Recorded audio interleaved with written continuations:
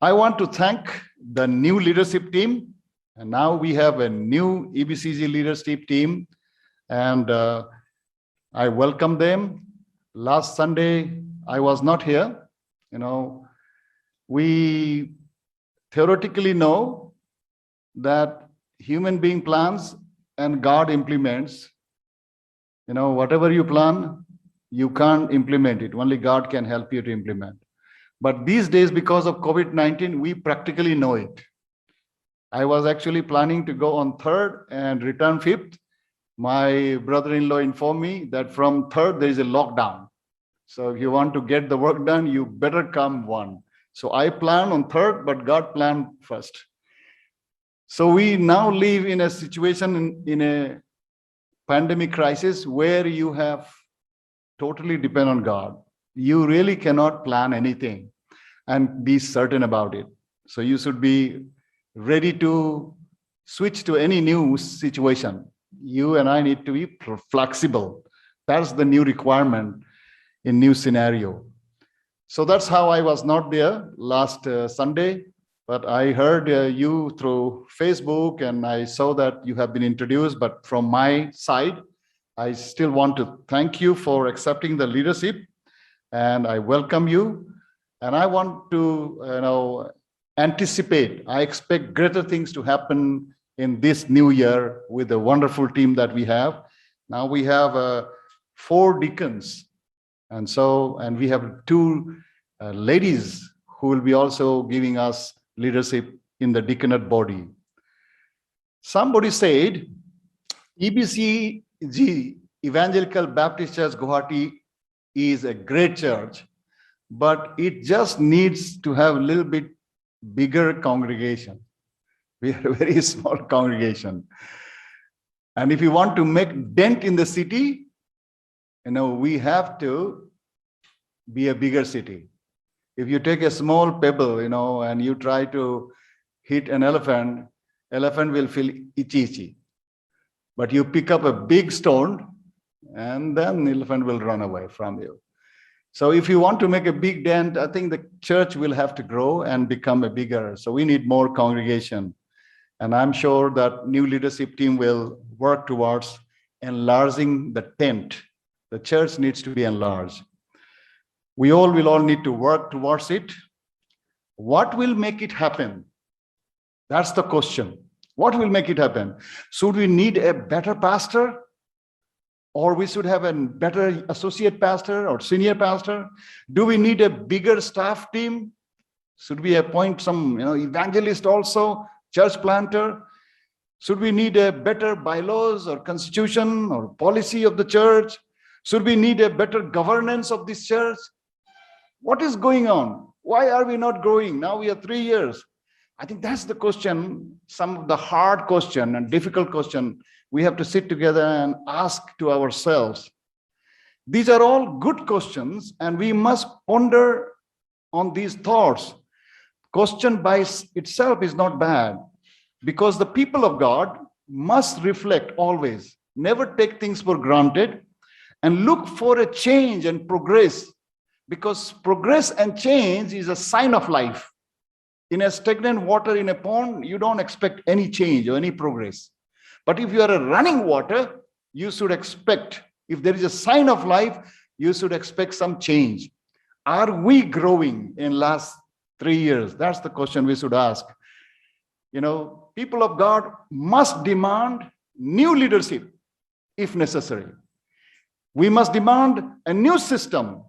These are actually, when we demand these things, these are signs of life and a healthy development. Where there is, healthy, constructive, critical debate is the sign of life. But where everybody is silent and everybody say, yes, sir, yes, sir, yes, sir. No, that's not going to make us grow. So today, my sermon topic is, what is the best governing system? What is the best governing system? How should we govern our family? How should we govern our church? How should we govern our institution or our society? Why Christian family and Christian church, Christian society and Christian states are not better governed compared to other states? You know, when you compare Christian state, non-Christian state, you hardly see any difference, you know. Even those states where leaders may not recognize Jesus Christ as their Savior and Lord and Savior, this seems to be doing also better than those who know. We should ask the question, why? What is the best governing system that Bible approves? We are not the pioneers to raise such questions or ponder such thoughts or demands answer. Similar situation happened among the people of God, Israel, in the nation of Israel. More than 1,000 years before the coming of Jesus Christ, people of God pondered, wrestled, why they are not doing well like other nations, why they are not becoming bigger and stronger, why the nations that does not worship a living God like them are stronger than they are, why they are defeated when Yahweh is on their side. After the efficient leadership of Moses, as you read in the Old Testament, and also Joshua, you know, after what happened after Joshua died, there was a sudden absence of good leadership. Israel went through a long, chaotic social disorder. There was a dark period, no leadership. The Bible tells us, and I read that from Judges, and the chapter you can note down, Judges chapter 2, verses 16 to 21. And I'm reading that, I quote, "Then the Lord raised up judges," Judges chapter 2, verse 16.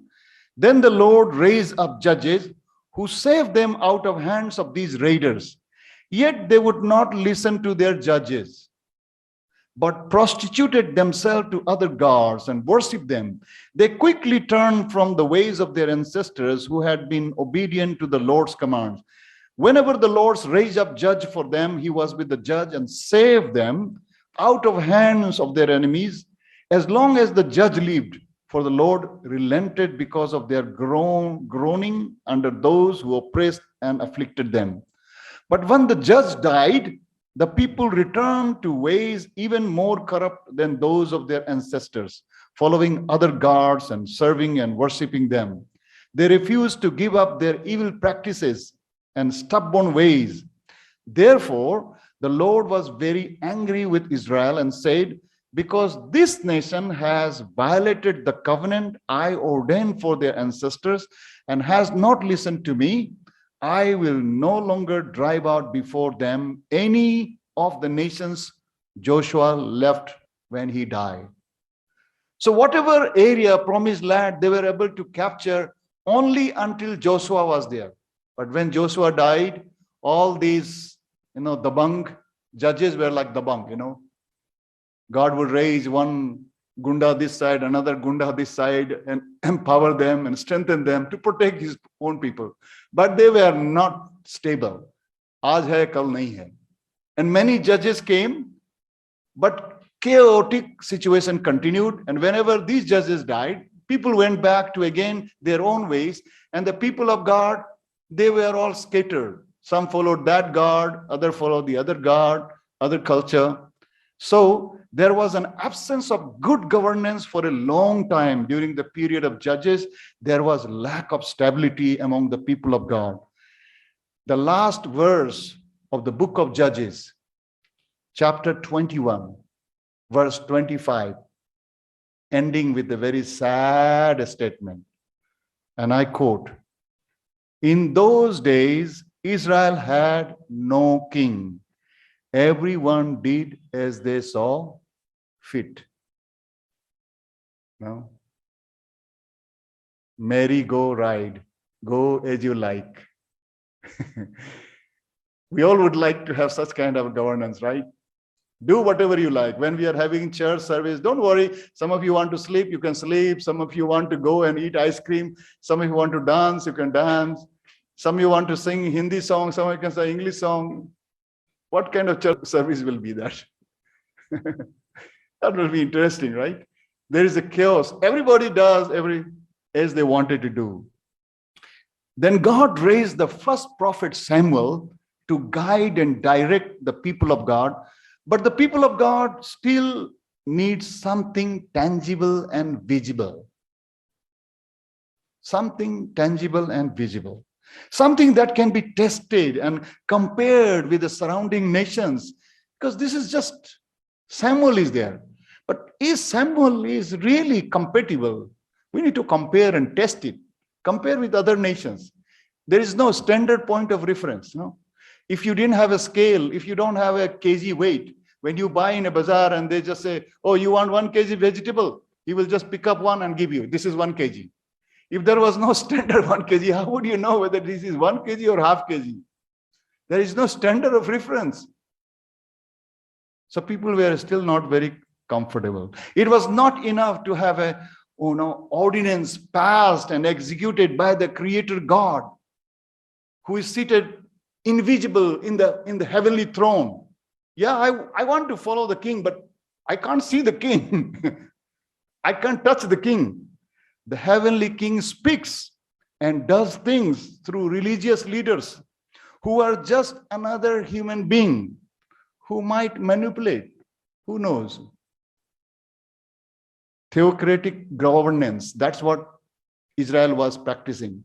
Theocratic governance, where God is the ultimate king and only God's law is the ultimate, is something which was very difficult to comprehend then, that time. And how much more is now in our liberal society. In a world where the examples of fallen, perverted, manipulative religious leaders who interprets and execute God's law are many. No wonder people find very difficult to trust any religious leaders. Whether it is in the name of Allah, Allahu Akbar, boom, finish, you never know. Or in the name of gods and goddess. And it may be inside our church in the name of the Holy Spirit. Whether this is his own spirit or the evil spirit. The world has become suspicious of any religious leaders who is saying, thus saith the Lord. Yes, I want to follow the king, but who will interpret the king's order? Human being who can always manipulate, who is a sinful being. That is the problem of the theocratic governance.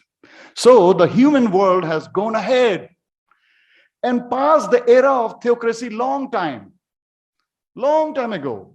They invented, reinvented, and then again reinvented many forms of governance to make it more tangible, workable, fairer, and just. The research continues and will continue even in the days to come. We started with monarchy. Then we moved to monarchy and democracy. Like in England, we have monarch also, but we also have democracy. Some abolished the monarchy completely, like in India, and made it only socialist, democratic form of governance. Then we made socialist, republic, democratic. Some formed one-party system like Communist Party rule, or two-party system composed of democratic and republic ideologies. And then multi-party socialist democratic republic like our country, India. Some saw all these governance systems failing, and so they allowed army martial law, like we had so many martial law in Bangladesh, in Pakistan, in our neighboring country. And some allowed dictatorial rule like Libya, Iraq, in their country, because democracy did not work there. Theocracy did not work there. But the critics still points out that democratic governance is almost like a short-term monarchy. You only need absolute majority. After that, jitna bhi halla karo Lok Sabha mein, Rajya Sabha mein, bill to pass ho gayi. It's like a monarchy, 5-year monarchy. Whatever you want to do, you can get it done. Leader like Adolf Hitler, Joseph Stalin of Russia Chairman Mao Zedong of China, who in spite of socialist democratic principles continued to enjoy the one-man ultimate power in the system. Try to raise voice against this. You will be in trouble.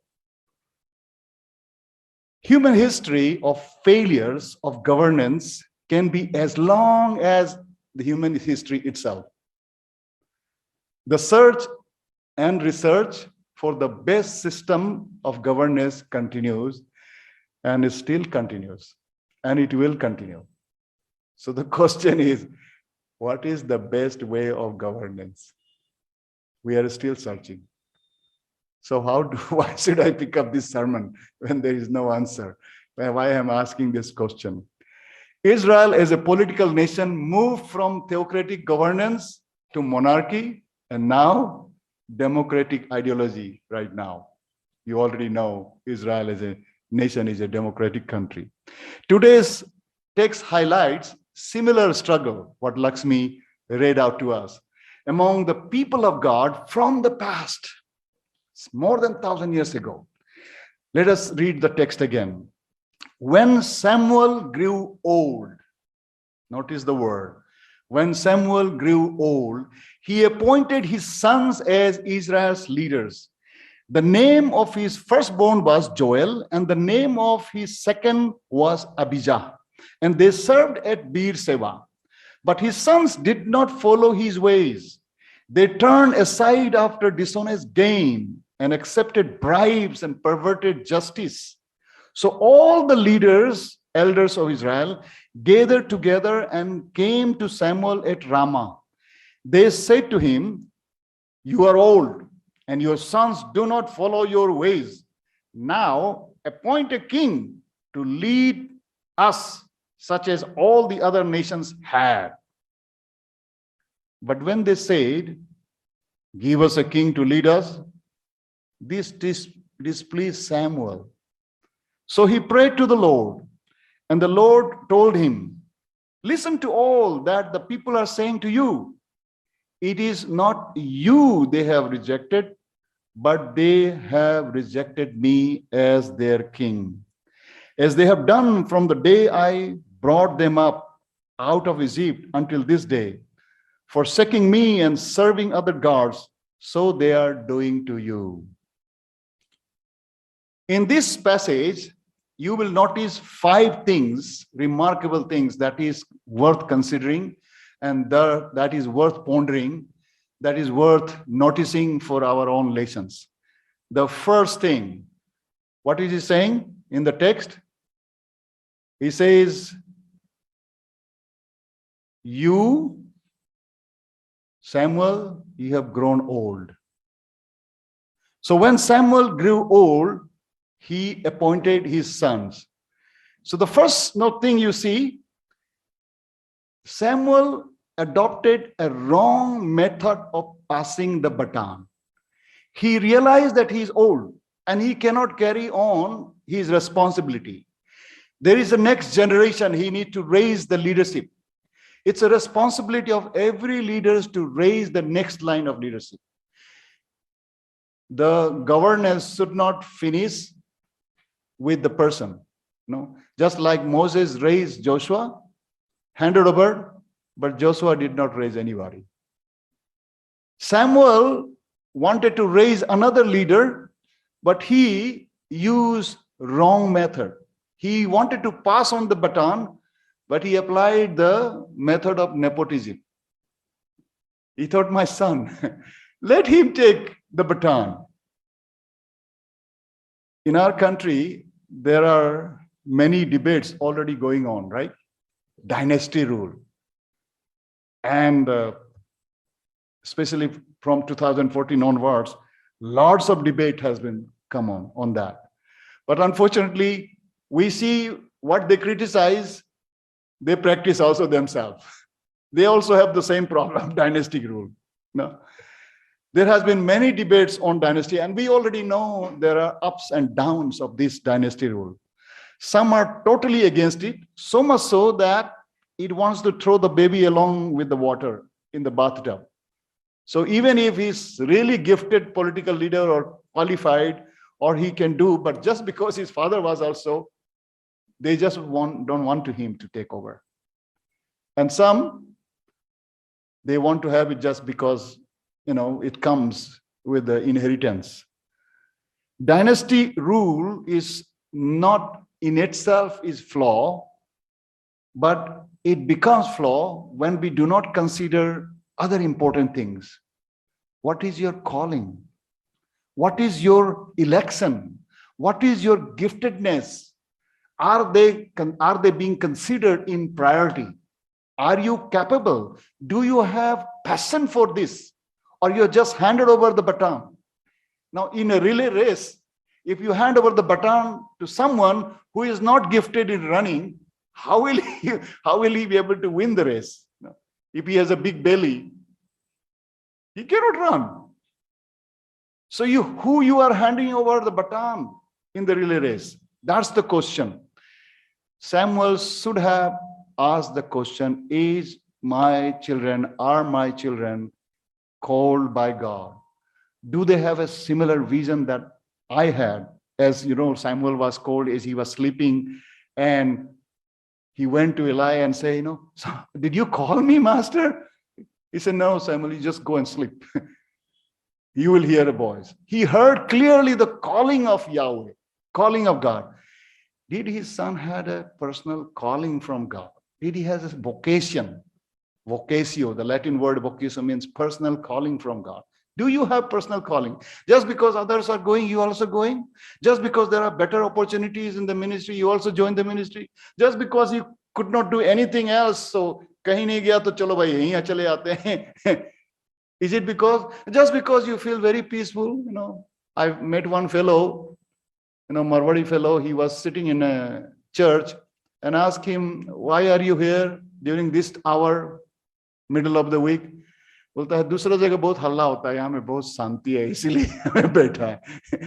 So maybe you're coming to the church or ministry because दूसरा जगह बहुत हल्ला है, यहाँ में बहुत शांति है. Or because you're really seeking God, or you're seeking yourself. You just want to make yourself happy, comfortable. You want to receive blessing. That's why you have come. Or because you want to serve God, no matter what. हल्ला होने से भी परमेश्वर की ही सेवा करेंगे. तकलीफ मिलने से ही परमेश्वर की सेवा करेंगे. Do you have such passionate calling and commitment? If you hand over the baton to wrong person, the next generation will not prosper.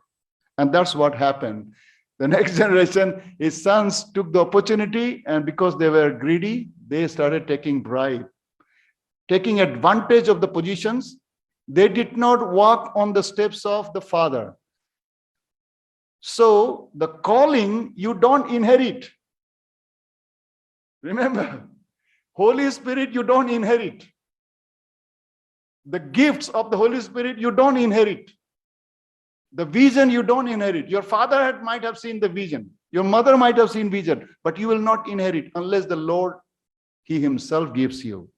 Do you qualify for the leadership? Do you have that? Unfortunately, many of the ministry had become like that. It had become a dynasty. It's just handed over. Pastors' children will become pastors, or ministry also handed over to ministry, another. And good people, they do. And I'm not completely against it. I just say, don't throw the baby along with the water. Yeah, there is a possibility. The other day I was listening to Franklin Graham, and I told my wife that when I listened to Franklin Graham, now I realize that Billy Graham did not make a bad choice. He is a very mature man and a very godly man. So if you make such a good choice and you see someone in your family who has similar vision and calling, there is nothing wrong in handing over the baton. But is he prepared for it? That is the question. So the first thing, what makes good governance? Put the right people in a right place. Does he have calling and vision? Does he have the passion? Can he carry on the baton? Don't do nepotism. The second, these children, because they did not have the fear of God, There was a complete absence of the fear of God. Does the leader know God personally? Samuel's children certainly did not know God personally. And that's why they dared to manipulate and take bribe. Are they submissive? Is he submissive, respectful, or loyal to God's command? What is the first love of that leader that you are selecting? How sensitive he is about the personal integrity. How does he feel? Is he careless? Sometimes the pastors are careless when it comes to handling the money, when it comes to dealing with the opposite sex, unnecessarily develop relationship while you are already married and you're having a friendship with fellow workers who is from opposite sex. You travel together, you you hit each other, touch each other. You're not sensitive to your integrity. You're careless. You just consider easy to go around. How sensitive you are about the personal integrity for the sake of God, not for your own sake, but for the God's sake, God's name, so that when your image goes down, whose image goes down? God's image goes down. You are equally responsible to retain that witness, how you take care of your family, how you manage, how you act as a husband, how you act as a father, how you are acting as fellow workers, what kind of relationship you maintain. Are you sensitive about your integrity? What people will think about you when you do certain thing? Or you're just damn care. Arey, दुनिया को बोलने दो, हम तो भाई बहन हैं. But you creating and giving a room for imaginations. दूसरों को अपॉर्चुनिटी दे रहा है, उनको टेम्पटेशन दे रहा है कि आप इमेजिन करो, भाई बहन अंदर में रूम में बैठ रहा है, बाइबल पढ़ रहा है. You may be reading Bible, but बाहर वाला तो इमेजिन क्या करेगा? You are tempting that person. So you are not sensitive. What extent of sacrifice he or she is willing? कितना दूर जा सकता है आप? Only if you say, thus far, Lord, not beyond that. Don't ask me to get up at 4 o'clock morning. Don't ask me to run 10 kilometers. This is my comfort zone and I want to serve you. This is the area I want to. Only if you give me 4-figure salary, then only I will serve you. I won't accept 3 figures. If these are the facilities I have, how can I work, Lord, where there is no internet? There is no communication. You just imagine how the missionaries came here to Sadia, to Jaipur, Sibsagar, and all this Golaghat area. There is no internet, no connections, no roads.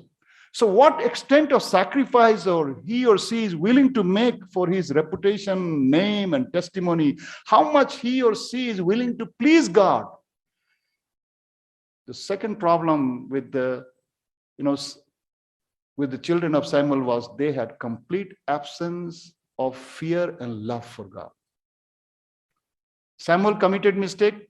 He handed over to the wrong person, but children had still opportunity. There are possibilities that you may not have a calling. You may not have a vision, but when the responsibility comes, you are grateful to God and you become fearful of God and you love God and you re-begin our life. They still had opportunity. Samuel might have done mistake. You can't blame only your father. He put me in a wrong place. But you also become, when you receive responsibility, you become also equally responsible. They had opportunity to change their lifestyle. They had opportunity to change their attitude. They had opportunity to change their priorities. But they continued, they indulged. So we can't entirely blame Samuel's wrong choice of handing over the leadership. We also make them responsible, the children also. Third, what did the people say when they saw that children are not doing right? They all came to Samuel and what they say? Look at the Bible text. Where are you? 1 Samuel chapter 8. And which verse is there? Verse 3, he says, but his sons did not walk in his ways. They turned aside after dishonest gain and accepted bribes and perverted justice. So, verse 4, all the elders of Israel gathered together and came to Samuel at Ramah. Verse 5, what they said? They said to him, you are old and your sons do not walk in your ways. Now appoint a king to lead us, such as all the other nations have. So what is the third problem here? All the people of God comes to Samuel and say, Samuel, you did your job, you failed, your son failed, so now give us the opportunity to give you the right ways. Do what we say. Do what we say. That's how people react, right? Pastors, you are not doing right. Committee, you are not doing right. Now listen to us. This is what we tell you to do. We got the idea. We have the idea. Do what we say. And what you should do? Look at the nations. We are looking at the nation and they are successful. You are failure. Just copy and paste. A simple solution. This is simple. You don't understand? What kind of leader you are? Pastors? What kind of a pastor you are?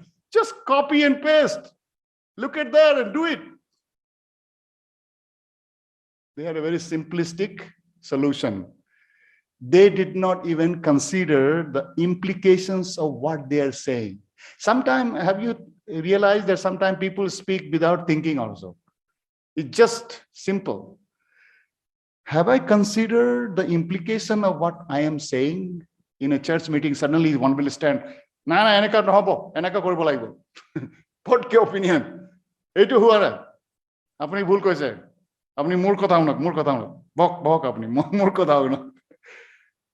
We immediately say, because we think, I know, but we don't consider the implications, how I am saying, what I am saying, and why I said I insulted somebody. Apni bhoksam, apni besi kotha hoise, mukh ko diyo. What is the implication? What will happen when I say this? If I am insulting somebody or if I am pointing somebody, am I throwing away the coconut just because it's unbreakable?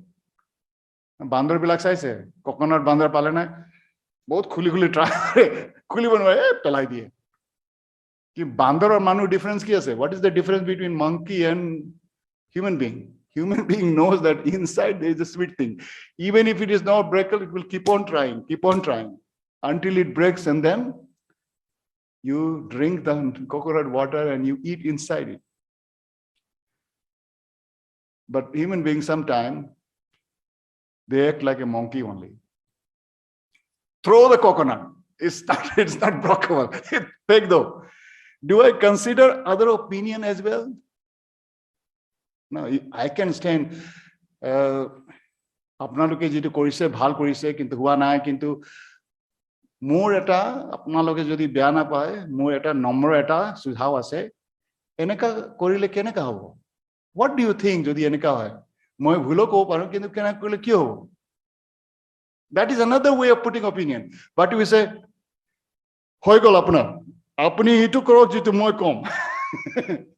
Apnar kam hoy gol. Have you seen people talking like that? So sometimes we really don't know what we are saying. Do I consider other opinions as well? Or my opinion is the ultimate? This is the ultimate opinion. Is my observation about other nation is absolute and wholesome, that I'm looking this nation successful? Is my observation analytical, or only I'm looking at the surface? No? Grass is always greener. Have you seen in others' compound from the far, you will see grass is so green. But when you walk into that compound, then you will realize that grass is actually far away from each other. In between, there are a lot of cow dung is there also, and a lot of stones. But because you see like this, you don't see the cow dung in between. No? Have you seen the mountains also like that? Beautiful mountains, Himalaya, and so beautiful. But when you go, then you realize that to reach that beautiful, you have to go down valley and walk up there and down and valley, 6, 7, you will go, then only you will reach after 3, 4, 5 days of trekking. When I used to go for trekking for 6-7 days, I will always excited. Oh, we will spend the night on that peak. We'll make a camping. Then my porter level, sir, वो तो sir 3 दिन के बाद ही पहुंचेगा sir. आपको तो पहले नीचे सोना पड़ेगा, नदी में सोना पड़ेगा. वो पहुंचने के लिए 3 दिन लगेगा आपको. So sometimes when we see from far and we think very beautiful, but they are not. Is our observation of other nations is absolute or wholesome? Fourth observation in this text, rejection of the ultimate authority. Look at that, what he says. Now appoint a king to lead us such as all the other nations have. No, such as all other nations have. What is he trying to say? And then we read in verse 7, the Lord told him, listen to all that the people are saying to you. It is not you they have rejected, but they have rejected me as their king.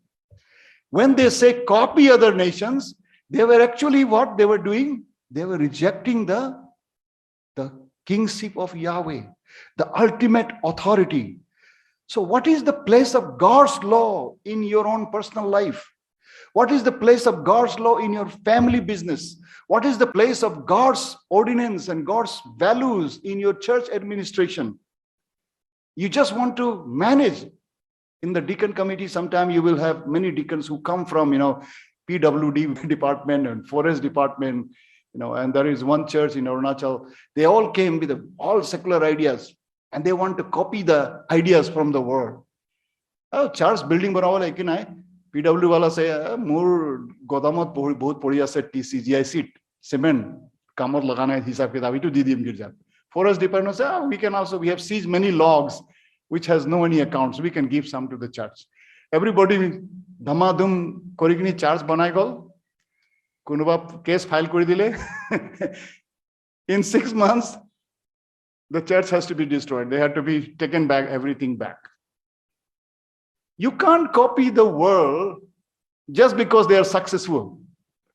You can't do everything inside the church because the world is successful. Because you have to consider God's laws. You have to consider God's values and principles. They rejected the ultimate authority.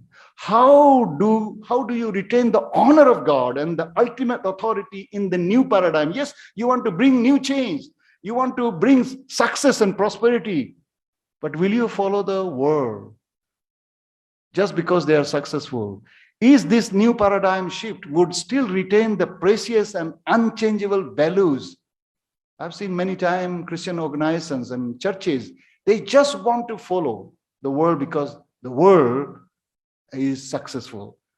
What is our security plan to guarantee that this new system doesn't fail also? Yeah, you may have a beautiful building in the church, you may have a beautiful program, but if your interpersonal relationship is spoiled, you are all running after program, then program becomes important, people become less important. You will succeed in the government by stepping over people to make programs successful. But if you step over people and make a program successful, your church will become no more church. It will become a curse. People will not like to come to a church where people are being used for programs. In the church, programs are being used for people. But in the secular world, people are used for programs. Projects must be successful. So you can't copy everything and paste. That is the fourth observation. We must remember that no matter how perfect the system may be, the people who are operating the system are human beings. And they are sinful by nature. They are vulnerable. They are imperfect. The Bible, therefore, again reminds us in Psalm 146. Psalm 146, verse 3 to 5, it says, do not put your trust in princes, in human beings who cannot save. When their spirit departs, they return to the grounds. On that very day, their plans come to nothing. Blessed are those whose help is the God of Jacob, whose hope is in the Lord, their God. So what should be better approach then? How can we do a better governance? I suggest 4 principles. First, we must seek a God-fearing person. Always must seek God-fearing person in leadership, whoever he may be, whether pastor or senior pastor or associate pastor, or it may be a worship leader or deacons, and whoever, if he or she is not God-fearing, he or she will manipulate. Because you can remove technical CCTV, but you cannot remove the divine CCTV. He is always watching. And if you know that, you will live both private and public life in integrity. We need God-fearing person. We must, number 2, we must come together to define the law of governance that the Lord has given us. Yeah, we cannot interpret God's law individually. We cannot depend only on Samuel. We cannot depend only on one Baba. We have to come as a body of Christ, and we should study together and seek together what is good for the community, what is good for the individual, what is good today and what will be good tomorrow, and what will be good ultimately for the whole kingdom of God. So we must define together, interpret together God's governing rules and principles. You can't keep on changing today because it fits me, so I will change this. Tomorrow I will change because it doesn't fit me. So every rules are made for serving me. Change the bylaws. If they say senior pastor tenure should be only 5 years and I'm reaching 5 years now, so we should, okay, let's change the law this one. Senior pastor term will be 10 years. Some people, they do like that. Just to serve themselves, keep on changing. Fine, as long as the church needs the pastor, this pastor really. But if the church wants, that's different thing. But if some are manipulating, then that's wrong.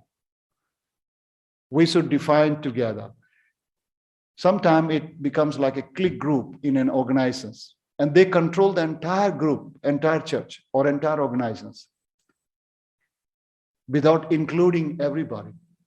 So it becomes only those who wants to serve themselves, they interpret the rule, rest is not given opportunity to interpret.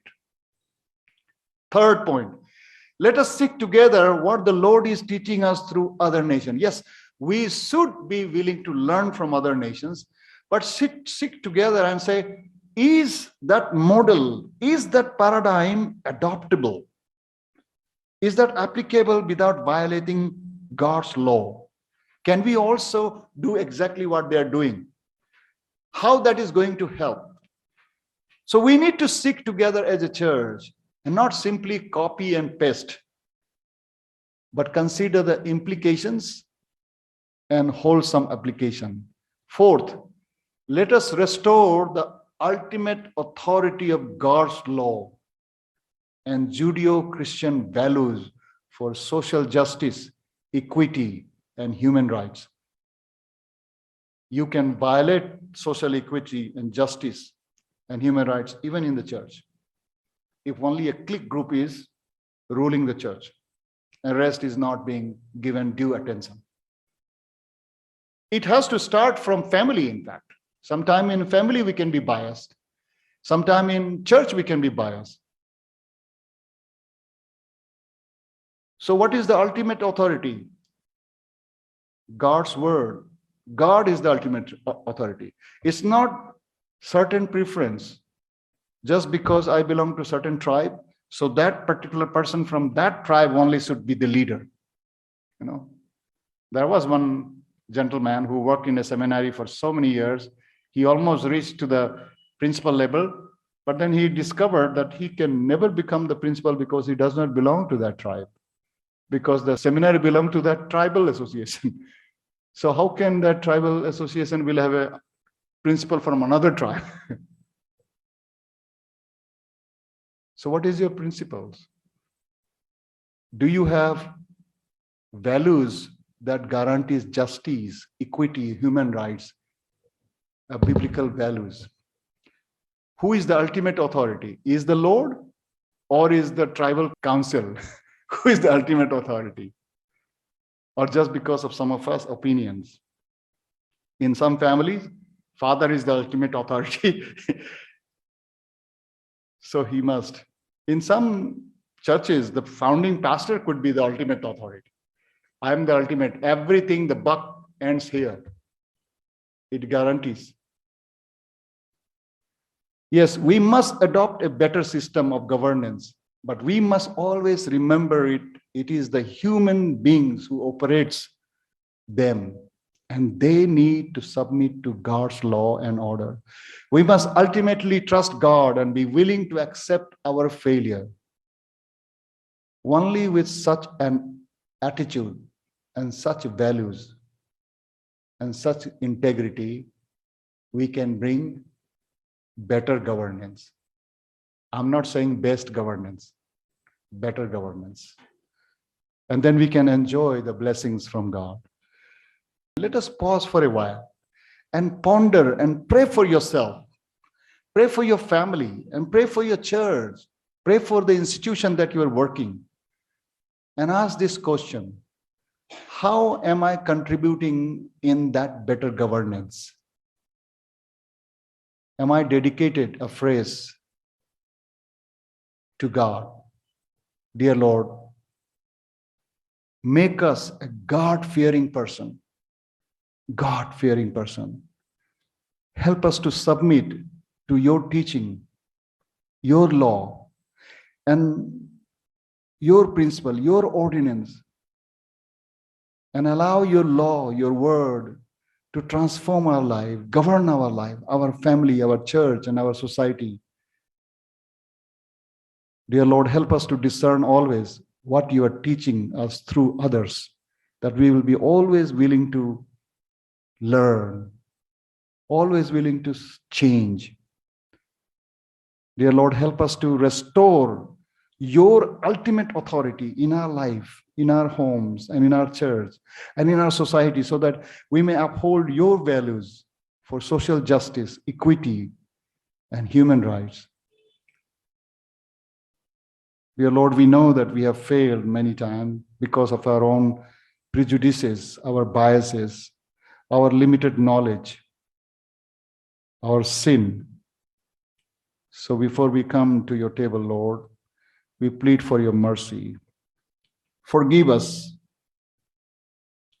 and cleanse us within. Cleanse our heart and mind and soul. Cleanse us from all unrighteousness. Lord, because of your grace and mercy, we come to you. Amen.